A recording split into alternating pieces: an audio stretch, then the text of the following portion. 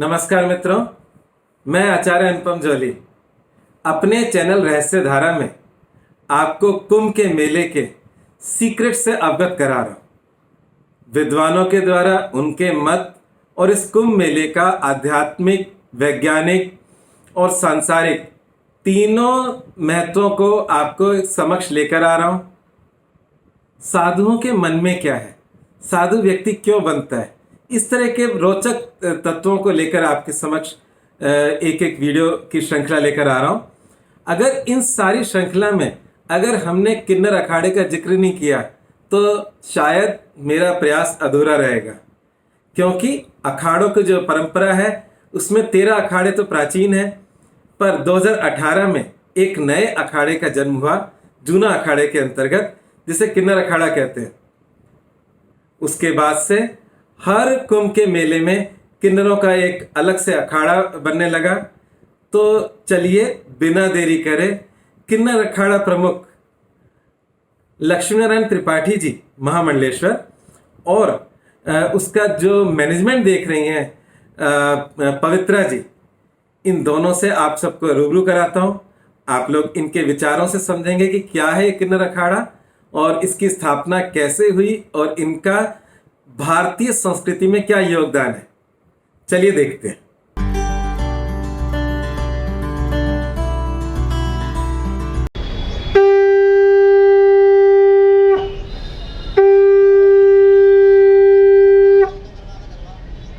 जय श्री महाकाल। मैं हूँ पवित्रा नंदगिरी। मैं इस अखाड़े की व्यवस्थापक हूँ और मैं पीठाधीश्वर हूँ उज्जैन से। और बहुत अच्छा लग रहा है मुझे कि मैं यहाँ पर हरिद्वार इस वक्त हूँ। ये हमारा तीसरा कुंभ है और तीसरे कुंभ में भी हमारे किन्नरों की पूरी पेशवाई, शाही स्नान सभी कुछ अभी हुआ है पहला। और हम लोगों का जो समाज था, अभी तक इतना बिछड़ा हुआ समाज था, लेकिन आज कहीं ना कहीं राम जी के आशीर्वाद से हम आज फिर भी यहाँ पे हमारे समाज के सेवा में है, समाज के बीच में है। आज तक समाज तो हमसे बहुत दूरियां बनाए रखता था, लेकिन आज हम समाज के साथ हैं। और आप देख रहे हैं कि लोग कितने आतुर हैं इस सब चीज़ के लिए, कितने उत्साहित हैं कि वो हमसे दर्शन ले, हमारा आशीर्वाद ले और अपने घर में सुख शांति रहें। और किन्नर जो है वो उपदेवता में आते हैं, शिव जी के गण हैं और इसे कोई ठुकरा नहीं सकता है, क्योंकि हमारी संस्कृति ने कहीं ना कहीं हमें उपेक्षित रखा है। और आज हमने खुद ही सनातनी का झंडा हाथ में लेके हमने हमारे समाज को आगे बढ़ाने का काम किया है। और आज ये हमारा तीसरा कुंभ है। हम लोग जूना अखाड़े के साथ हमारा पेशवाई और शाही स्नान हमारा पहला हो चुका है बाकी, और नेक्स्ट मंथ में अप्रैल में हमारे कुछ स्नान रहेंगे। अभी तो हमारा किन्नर अखाड़ा बहुत छोटा सा है और छोटा सा होने के बाद भी हम गवर्नमेंट के साथ में हैं और हम लोग कोरोना काल की वजह से रूल और रेगुलेशन का पालन कर रहे हैं, क्योंकि ये हमारे लिए भव्य और दिव्य कुंभ है। समाज की नज़रों में, देश की नज़रों में बहुत छोटा है कि हमारे टेंट लगे नहीं हैं, हम लोग सब एक साथ नहीं हैं, लेकिन जो भी है हमारे देश के लिए, हमारे देश की जनता के लिए, हमारे श्रद्धालु के लिए हम लोग बहुत सेफ्टी फील कर रहे हैं। क्योंकि एक साल से हम जो भी भोग रहे थे इतना कि कोरोना की वजह से हमारे कितने लोग बिछड़ गए हैं, हम लोग कैसे इकोनॉमिकल हम लोग कम हो गए हैं, तो आज कहीं ना कहीं हमें लग रहा है कि इस कुंभ के बाद ये सारी चीज़ें हमारे देश से हट जाएगी और हमारे देश की जनता एकदम सुखी रहेगी। कि धर्म के हिसाब से आत्मा का कोई जेंडर नहीं होता और ये हमारे हाथ में नहीं है जन्म लेना, हमारे कर्मों का विधान है। जय श्री महाकाल। सभी दर्शक जो मुझे देख रहे हैं उनको ढेरों सारी बधाइयाँ। माँ गंगा की गोद से हम सभी ये आशा करते हैं कि कोरोना काल जल्दी समाप्त हो और आने वाला समाज एक नई भविष्य और एक नया वर्तमान लिखे, क्योंकि ये कष्टदायक समय है जहाँ कोरोना की लहरें आती जाती हैं और हमें अपना कोविशील्ड वैक्सीन लगाना ज़रूरी है। आज मैंने भी वैक्सीन लगाई। किन्नर अखाड़ा 13 अखाड़े पहले थे सनातन धर्म के। किन्नर अखाड़ा का गठन हुआ। किन्नरों का जो वजूद हिंदू सनातन धर्म में था वो कहीं ना कहीं धूमिल हो गया था। आक्रांताओं की वजह से धर्म परिवर्तन बहुत ज़्यादा हो रहा था। कहीं ना कहीं उस धर्म परिवर्तन को रोकने के लिए किन्नर अखाड़े का गठन हुआ। मेरे साथ पायल नंदगिरी हैं, भगवती नंदगिरी हैं और हमारी महामंडलेश्वर होने वाली हरिद्वार की भी एक संगीता जी हैं, सभी लोग हैं। हमारी बेटी कोमल और सब छोटे महंत भी हैं, सभी लोग हैं हमारे साथ। आज आप देख रहे हो कि जो समाज जो हे दृष्टि से देखा जाता था, जिनका वजूद धूमल हो चुका था, जिनको समाज में कोई उनका चेहरा ही नहीं बचा था, वहाँ पे आज वही समाज उठ के एक अखाड़ा बनाता है, किन्नर अखाड़ा।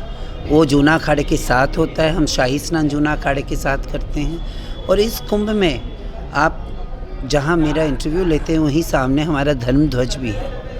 आज बहुत सारी चीज़ें बदल रही हैं और हम किसी मर्द औरत की स्थान नहीं ले रहे। हमारे बुज़ुर्गों के, हमारे पूर्वजों का स्थान जो किन्नर उपदेवता, जैसे देव दानव यक्ष गंधर्व किन्नर अप्सरा संत महात्मा साधु किन्नर उपदेवता में आते थे। इसके लिए गोस्वामी जी ने लिखा था देव धनुज किन्नर नर श्रेणी करनी चाहिए।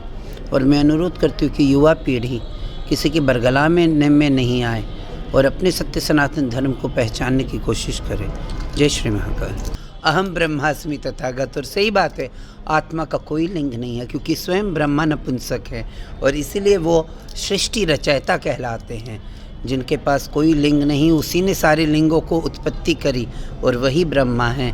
और यही आत्मा जिसका कोई लिंग नहीं है, वो अंतिम में वही सच्चिदानंद स्वरूप में विलीन हो जाएगा।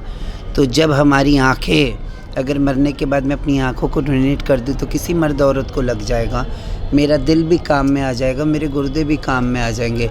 तो अब समाज को दृष्टिकोण में बदलाव लाने की ज़रूरत है और एक नया इतिहास लिखने की ज़रूरत है। जय श्री महाकाल।